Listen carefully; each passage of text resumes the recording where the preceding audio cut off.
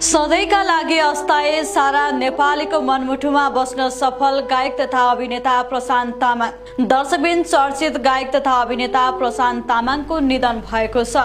चलचित्रकर्मी राजेश खतानीका अनुसार आज दिल्ली स्थित आफ्नै निवासमा तामाङको निधन भएको पुष्टि भएको छ। 42 वर्षको उमेरमा उनको निधन भएको हो। प्रारम्भिक जानकारी अनुसार उनको निधन हृदयघातका कारण भएको खुलेको छ। प्रशान्त तामाङ नेपाली संगीत र चलचित्र दुनियाँमा चर्चित तथा मन परेका कलाकार थिए। नेपाली भाषी गायन तामाङ गायन reality show Indian Idol season 3 का विजेता समेत हुन्। गायनमा उत्कृष्ट प्रतिभा प्रस्तुत गर्दै तामाङले नेपाली युवा प्रशंसकहरूको मन जित्न सफल भएका थिए।